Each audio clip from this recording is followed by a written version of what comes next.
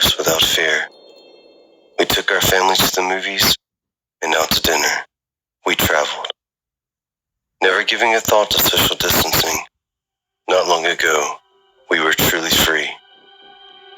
Perhaps we took everything for granted, because suddenly, that reality vanished. Suddenly, one of the officers breaks away from that arrest and walks up to a bystander with his taser drawn, swearing and telling him to move back. He then tackles the bystander to the ground, repeatedly hitting him.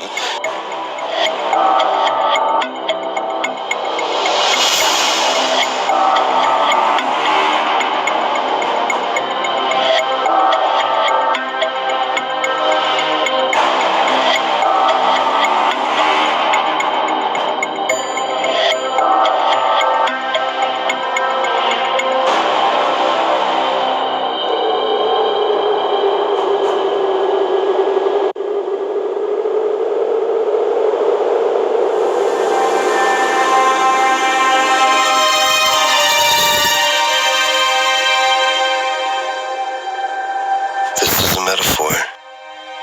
Humanity is facing an uphill climb. We all walk our path. When will we walk together in harmony? When faced with adversity, we look to each other. However, now we all live in isolation.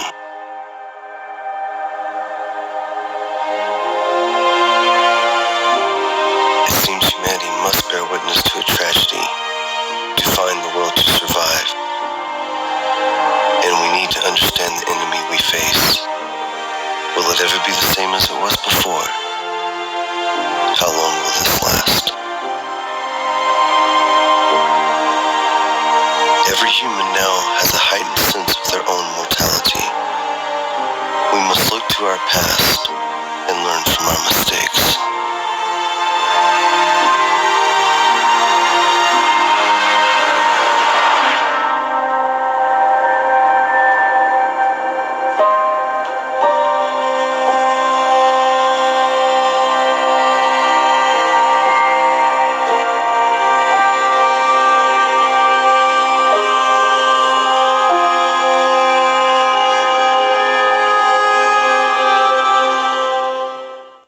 When comparing the COVID-19 pandemic to major pandemics of the modern era, we have a higher global population now, but with fewer fatalities.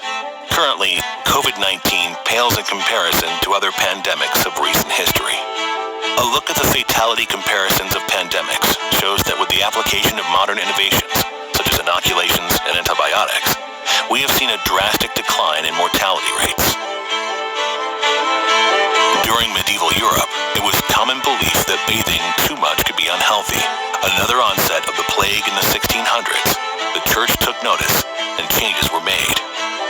The common phrase, cleanliness is next to godliness, can be attributed directly to the bubonic plague. Like the novel coronavirus, the bubonic plague jumped from animal to human with devastating results. Imagine one day everything is normal, and soon, half the people you know are gone.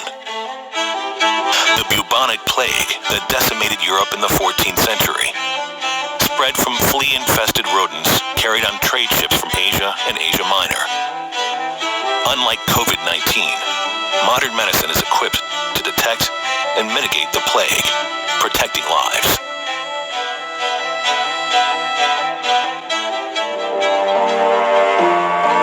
If we look at the 20th century and we look at the death chart of the 20th century, I think everybody would say, oh yeah, there must be a spike for World War I. Sure enough, there it is, like 25 million. And there must be a big spike for World War II, and there it is, it's like 65 million. But then you'll see this other spike that is as large as World War II right after World War I. And most people, a lot of people would say, well, what? What was that?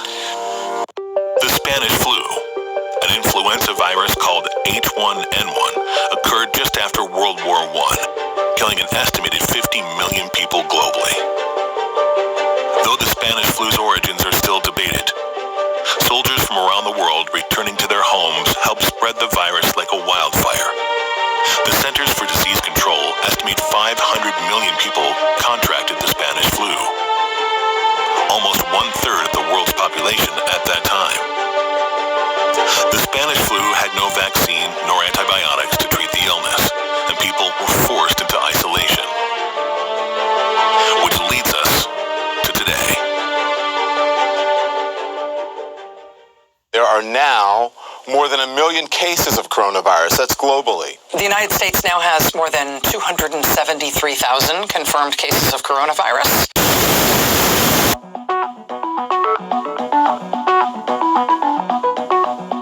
COVID-19 coverage has been inconsistent with constantly evolving information. This has resulted in inevitable hysteria. There are things that we are relatively certain about the virus's effect on the human body and how it spreads. COVID-19 is a respiratory influenza.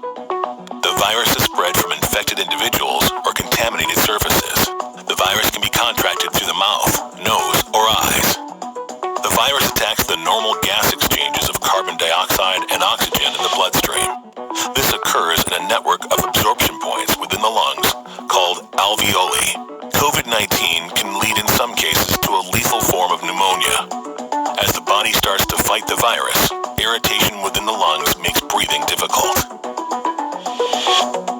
Most infected individuals have only minor flu-like symptoms. The majority of patients that develop serious symptoms possess underlying conditions of a weakened immune system. With modern healthcare and the ability to communicate worldwide, it has given us hope that we will quickly be on the offensive against COVID-19. To learn more, we must speak to those who have been directly affected by the virus.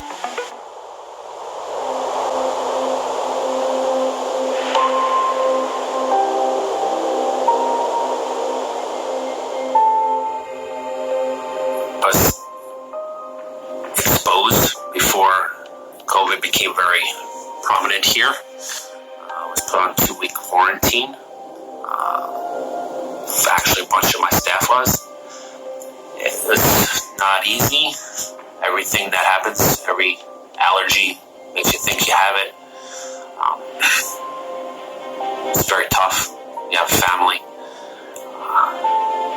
Chest x-rays. It shows you what could happen to you. And it's not just the elderly. It's not just sick. People that don't really have any other issues get it. Which makes it very scary. Because you could be a carrier, be transmitting it, and your lungs could be being eaten by this virus, and you don't even know it yet. Every time you go in a room and you come out, even though you're protected, you feel like you're covered with it. It's in the air. It's like everything exposed. Everything that is exposed, you feel like it's on.